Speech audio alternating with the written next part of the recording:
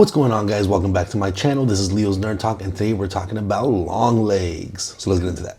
Hi, my name is Leo, and if you guys like talking about movies, TV shows, video game related, or just anything nerdy, you have come to the right place.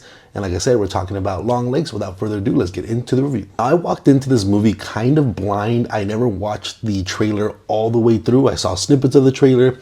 I've heard that it was like an FBI sort of horror movie detective story in a way.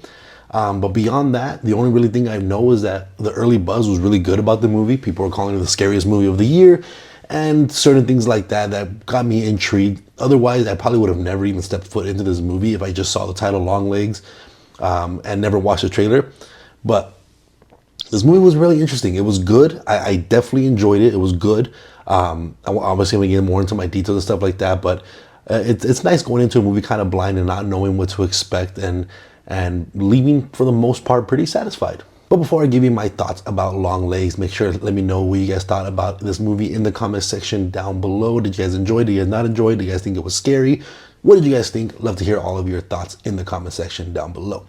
But with that being said, let's go ahead and get into my pros. Now, starting off with the pros, I really enjoy the aesthetic of this movie. I love the directing, the style, the shots. I thought the shots were beautiful. I love how we started off in this like 4:3 aspect ratio, and we kind of go back and forth between widescreen and 4:3.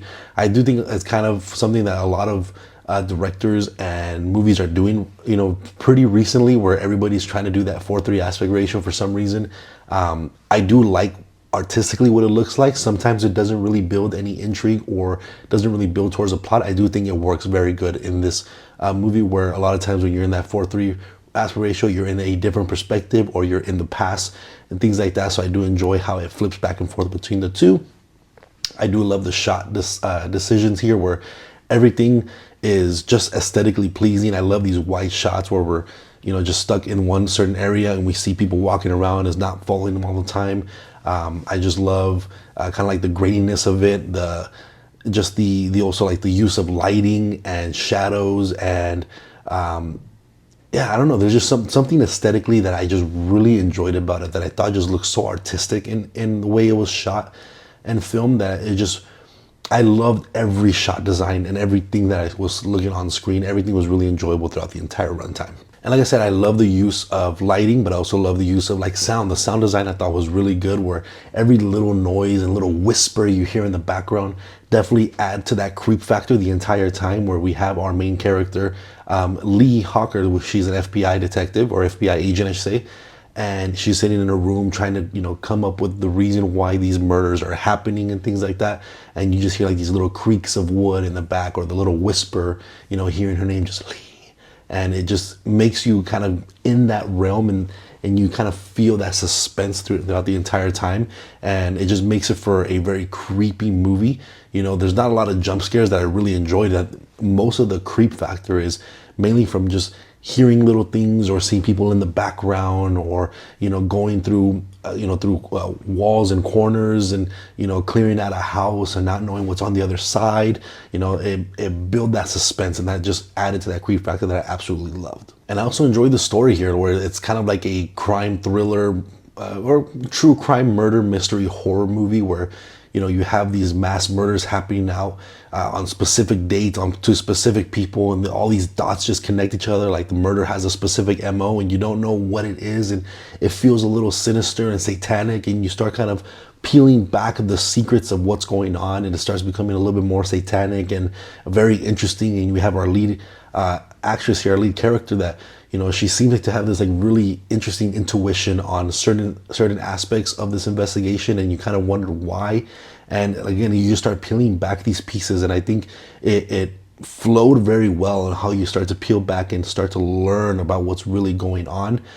There's something towards the end that I didn't really enjoy about it, but I'll get into that in the cons. But I just really enjoy how you're constantly moving forward, and because of this kind of intuition that she has, that she doesn't really know why it's there, you start peeling back these mysteries of how these murders are happening, and in the way they're happening, that just seems very interesting and sinister and satanic in all aspects, where it doesn't feel like a traditional mass murder or traditional serial killer doing this. And I thought performances across the board were done very well. Our main actress, she was very dull, but in a very purposeful way, where there's something, like I said, in the back of her mind that is leading to her conclusions, and she doesn't really know herself what's kind of going on, and leads her to be very emotionless and not really express herself in a certain way.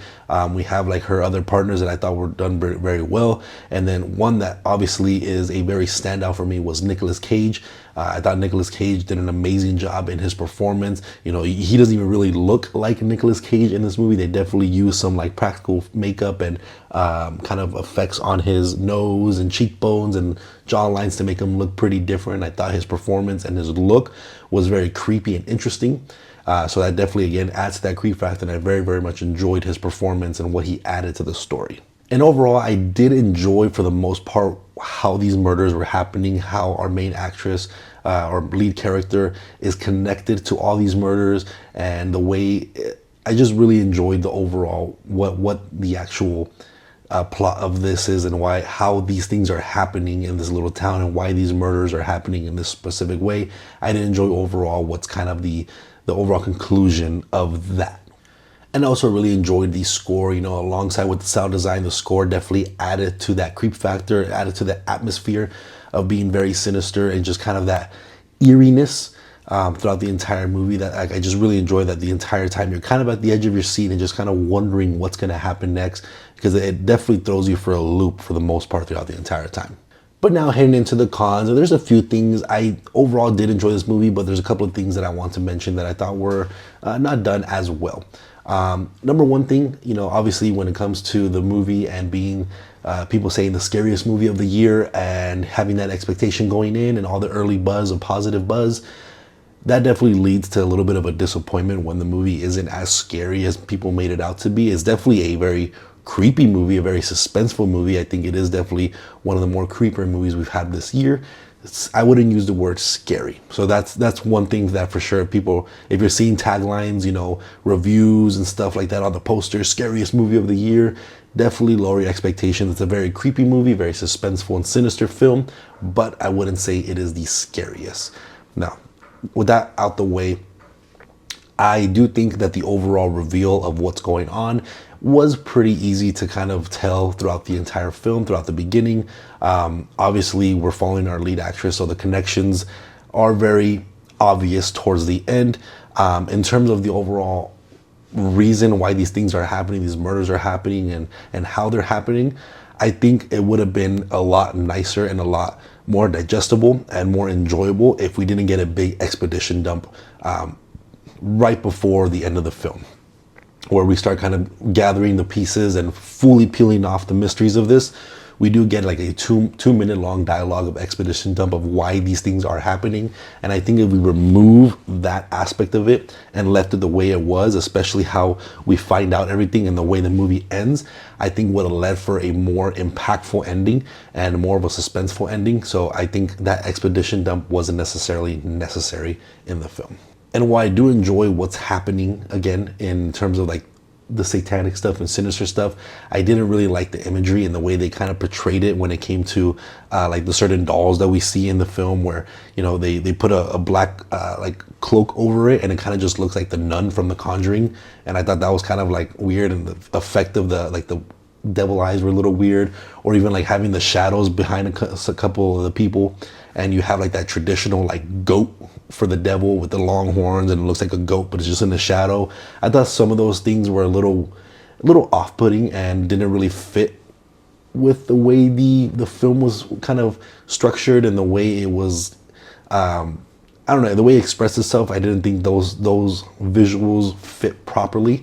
But overall, like I said, I do enjoy what the actual reason for these murders are. I just didn't think that aspect of it fit the way it should have. And lastly, the ending I thought was pretty shocking in a way where you anticipate that ending, but I thought it still led to be a very successful and purposeful ending, where it accomplished what it was trying to do. But I do think the final scene was a little unsatisfying. If I don't want to use unsatisfying, but it just felt like the ending it didn't have a solid conclusion. It felt like things are still going to happen after the credits roll. So I wish we had a little bit more of a concrete ending versus a more open-ended open-ended ending that I felt like we got. But overall, let me know what you guys thought about Longlegs. I thoroughly enjoyed it. You know, beyond the certain little cons that I have here, I thought overall the movie did a great job. It definitely lived up, I guess, at least it met my expectations in terms of the early buzz of how positive things were. But yeah, let me know what you guys thought about Longlegs. I really enjoyed it. Definitely check it out in theaters. I think this is definitely one of those movies you want to take a look on the big screen for sure.